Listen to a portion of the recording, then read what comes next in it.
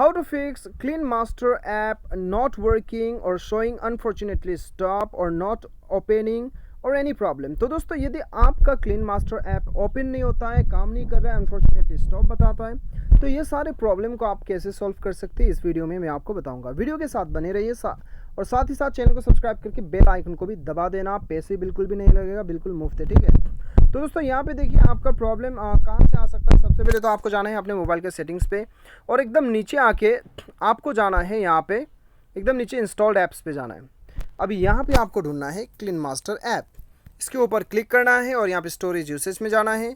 अभी आपको clear data में क्लिक करके जिससे क्लियर ऑल डाटा कर देना है, ओके कर देना है। अभी ये करने के बाद में दोस्तों आपको क्या करना है, एक बार आपको प्ले स्टोर में जाना है और यहाँ पे क्लीन मास्टर ऐप सर्च करके देख लीजिएगा। यदि आपको अपडेट मांग रहा है तो अपडेट कर देना है।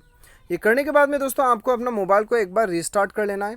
रिस्टार्ट करने के बाद में आप अपना क्लीन मास्टर ऐप को खोलिए, आपका सारा काम हो जाएगा, आपका प्रॉब्लम सॉल्व हो जाएगा। उम्मीद करता हूँ आपको वीडियो पसंद आया होगा। Thanks for watching.